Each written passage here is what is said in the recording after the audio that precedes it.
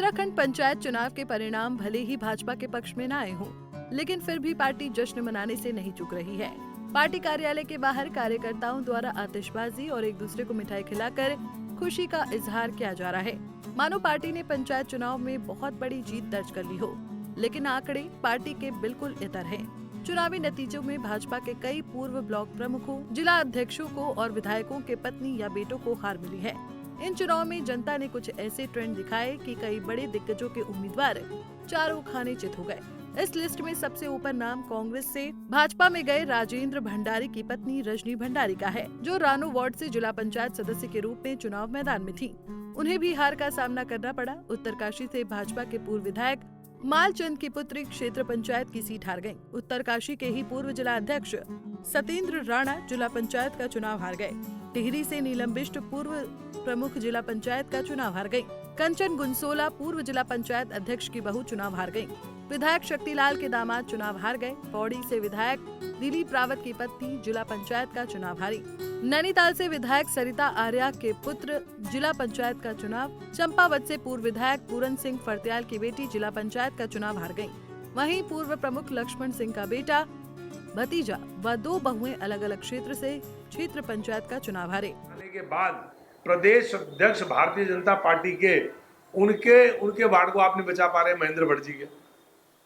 उनके जिला अध्यक्ष भारतीय जनता पार्टी के चमोली जनपद के चुनाव हार रहे।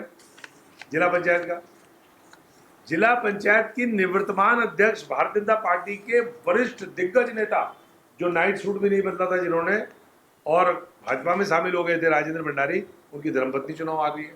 सरिता आर्य जी जो विधायक है माननीय नैनीताल की, उनके सुपुत्र चुनाव हार रहे।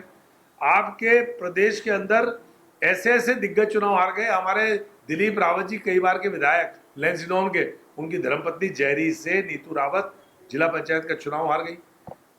कैलाश घेतोड़ी जिन्होंने माननीय मुख्यमंत्री जी के लिए सीट छोड़ी, उनके परिवार के लोग चंपावत में चुनाव हार गए।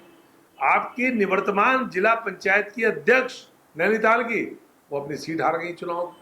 पूरे मेरे पे सूची है, अगर सूची विधायक रेणु बिष्ट यमकेश्वर की, अंकिता भंडारी मामले में बहुत चर्चित हुई थी, उनकी बहू चुनाव हार गई। वो अपने बूथ में चुनाव हार गई। गणेश जोशी जी चंद्रोटी में जो सीट थी उनकी, चुनाव हार गए। चमोली के जनपद के अध्यक्ष मैंने आपको बताया गजपाल बरतवाल, वो चुनाव हार गए।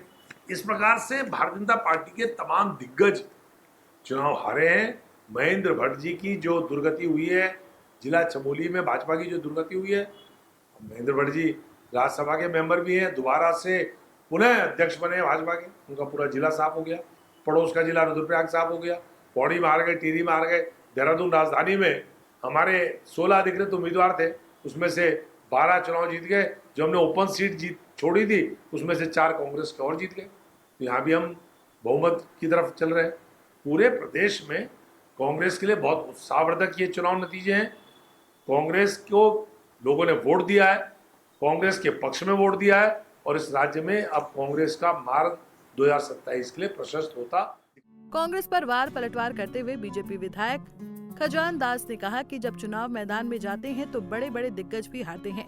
बीजेपी एक समुद्र है, इससे एक लोटा पानी कम भी कर दिया जाए तो उससे फर्क नहीं पड़ता। देखिए, बड़े बड़े दिग्गज हारते हैं। जब चुनाव के मैदान में जाते हैं तो चाहे कोई भी हो, हारते भी हैं, जीतते भी हैं, इसलिए कोई फर्क पड़ने वाला नहीं। भारतीय जनता पार्टी एक समुद्र है, समुद्र में एक आध लोटा पानी कम कर दिया जाए तो कोई फर्क नहीं पड़ता समुद्र को। इसलिए भारतीय जनता पार्टी आने वाले समय में बहुत अच्छा प्रदर्शन करेगी, और जो हारे हैं वो कम अंतरों से हारे हैं, और उनको भी मैं शुभकामनाएं देना चाहूंगा कि उन्होंने अच्छा फाइट किया है। किंतु जनता जनार्दन सबसे सर्वोपरि है। मैं जनमानस का जनादेश उनका स्वीकार करता हूं और उनको हार्दिक बधाई।